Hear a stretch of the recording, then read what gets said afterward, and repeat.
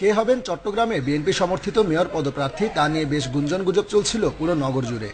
কেন্দ্র থেকে কোনো সুনির্দিষ্ট নির্দেশনা না আসায় অনেক নেতাই শুরু করে দিয়েছেন প্রচারণা। তবে বৃহস্পতিবার নগর বিএনপি সভাপতি আমির খসরু মাহমুদ চৌধুরীর বাসায় মেয়র পদে নিজেদের প্রার্থী বাছাই করতে এক বৈঠকে বসেন শীর্ষস্থানীয় বিএনপি নেতারা।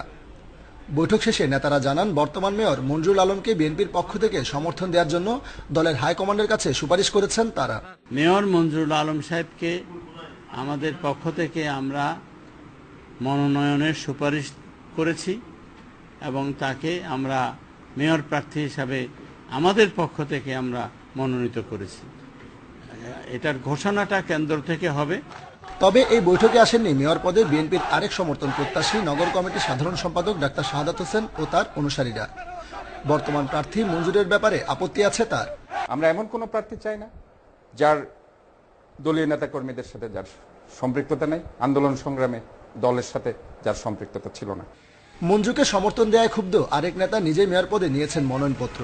তার দাবি, বিগত 5 বছরে দলের কোনো কর্মসূচিতে না থেকে মঞ্জু কাজ করে গেছেন আওয়ামী লীগের পক্ষে।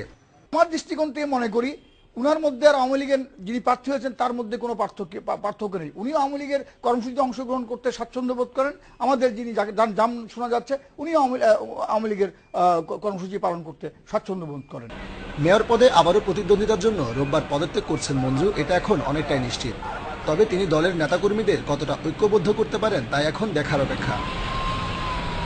Sabbir Irfan, Independent News, Chittagong.